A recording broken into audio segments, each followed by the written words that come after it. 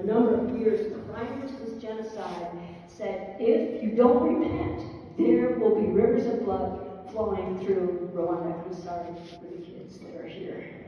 I won't be too graphic. But it was horrible. Neighbors killing their neighbors because they were of the wrong tribe. Immaculate spent 91 days with 7 other women huddled together in a cramped bathroom of a local pastor's home. 91 days. She could hear the killers outside of that bathroom window yelling, Immaculate, where are you? You're the last, quote, cockroach I want to kill. She could hear this, and they were praying. This pastor hid them, and it really was miraculous that they weren't found. So she lost 50 pounds during that time. Okay, I need to fast forward because eventually what happened was the killers were captured, and Immaculate, let me just read this to you. She visits this prison, and the man who is in charge of the prison said, would you like to meet the man, can you imagine this? Would you like to meet the man who killed your father and your brother? Now she lost all of her family members except for one brother who was out of the country at the time. So he said, would you like to meet him? And she said, I do. He was the leader of the gang that was killing people. She said, I do.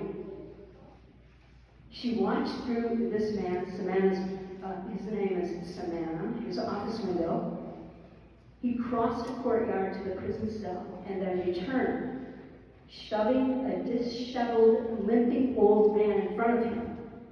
I jumped up with a start as they approached, recognizing the man instantly. His name was Felician, and he was a successful Hutu businessman whose children I had played with in primary school. He was a tall, handsome man who always wore expensive suits. He had impeccable manners. I shivered, remembering that it had been his voice that I heard calling out my name when the killers searched for me at the pastor's house. Felician had hunted me. Samana pushed Felician into the office, and he stumbled onto his knees. When he looked up from the floor and saw that I was the one who was waiting for him, the color drained from his face.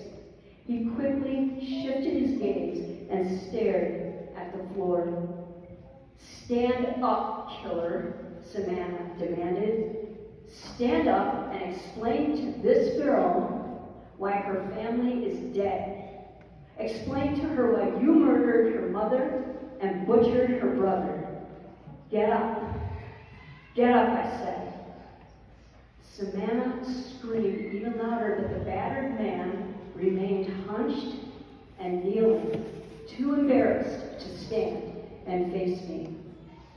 His dirty clothing hung from his emaciated frame in tatters.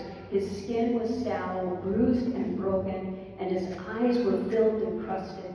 His once handsome face was hidden beneath a filthy, matted beard, and his bare feet were covered in open, running sores. I wept at this. Her father killed her mother and her brother and was the leader of the gang that was killing so many people. She wept at his suffering. Felician had let the devil enter his heart, and the evil had ruined his life like a cancer in his soul. He was now the victim of his victims, destined to live in torment and regret. I was overwhelmed with pity for the man. He looted your parents' home. He robbed your family's plantation, Immaculate. We found your dad's farm machinery at his house, didn't we? Samana yelled at Felician. After he killed Rose and Damascene, her mother and her brother, he kept looking for you. He wanted you dead so he could take over your property. Didn't you, pig? Samantha shouted at the man. I flinched, letting out an involuntary gasp. Samantha looked at me, stunned by my reaction and confused by the tears streaming down my face. He grabbed Felician by the shirt collar, hauled him to his feet. What do you have to say to her? What do you have to say to Immaculée? Felician was sobbing. I could feel his shame. He looked up at me only for a moment, but our eyes met. I reached out, I touched his hands lightly, and quietly said what I had come to say. I forgive you. My heart eased immediately, and I saw the tension release in Felician's shoulders before Savannah pushed him out the door and into the courtyard. Two soldiers yanked Felician up by his armpits and dragged him back toward his cell. When Savannah returned, he was furious. What was that all about, Immaculée? That was the man who murdered your family. I brought him to you to question, to spit on him, to kick him if you wanted to. But you forgave him. How could you do that? Why? Why did you forgive him?